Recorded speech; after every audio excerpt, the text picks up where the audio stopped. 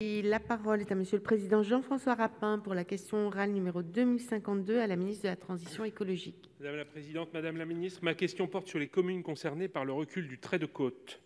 Sous l'autorité des préfets de département, une délibération des conseils municipaux a été sollicitée dans un délai de seulement quelques semaines pour permettre la publication d'un décret qui fixera la liste des communes dont l'action doit être adaptée au recul du trait de côte. De nombreux maires refusent de délibérer sans avoir pleinement connaissance des critères utilisés et des conséquences qu'emporte ce décret. En effet, ces élus ne disposent d'aucune information sur les études qui ont été conduites par le ministère, ni de précision sur les conséquences du classement, lesquelles dépendant d'ordonnances non publiées, malgré les réunions organisées en urgence par l'État sur les territoires. Qu'en sera-t-il de la décote administrée de la valeur des biens exposés au recul du trait de côte? Quelles seront les conditions pour mener les relocalisations spatiales à l'échelle des communes?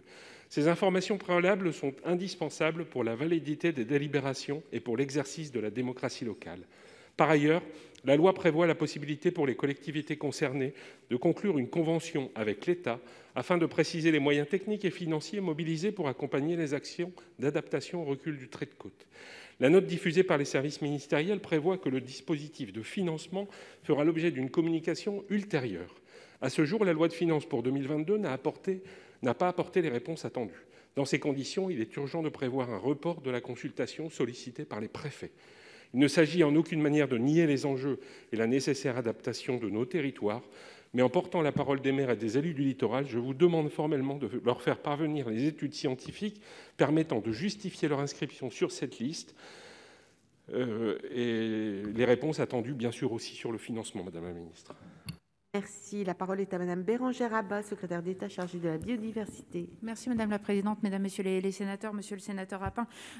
Cette anticipation de l'érosion littorale, elle est essentielle.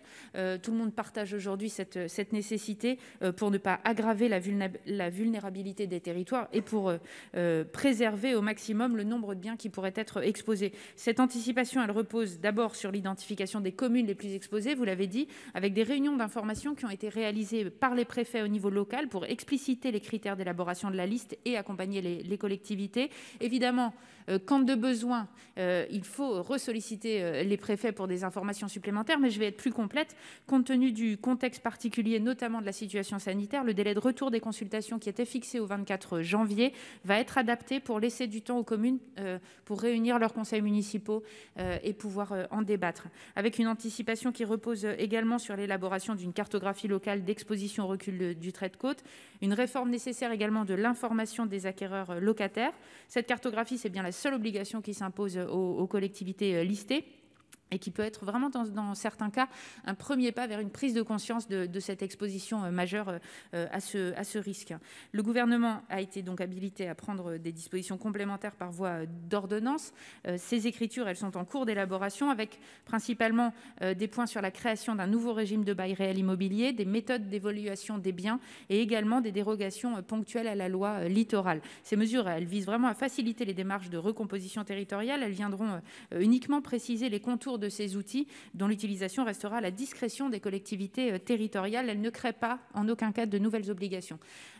Alors, cette délibération des communes, elle est bien circonscrite à la reconnaissance de la particulière vulnérabilité de leur territoire, ainsi que des activités et biens qui y sont exposés, et non sur leur engagement à recomposer le territoire. C'est donc vraiment un outil de pédagogie et d'entraînement, de prise de conscience et de projection dans ce que pourraient être ces atteintes, avec au plan financier l'État qui s'est engagé à cofinancer les cartographies jusqu'à 80%.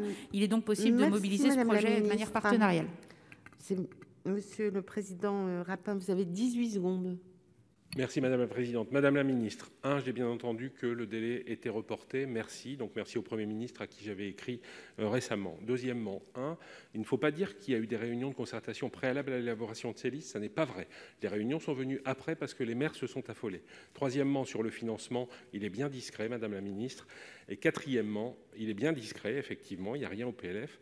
Et quatrièmement, je pense que les ordonnances auraient dû venir avant, on aurait dû connaître les ordonnances avant d'établir la consultation. Merci Madame la Ministre. Merci.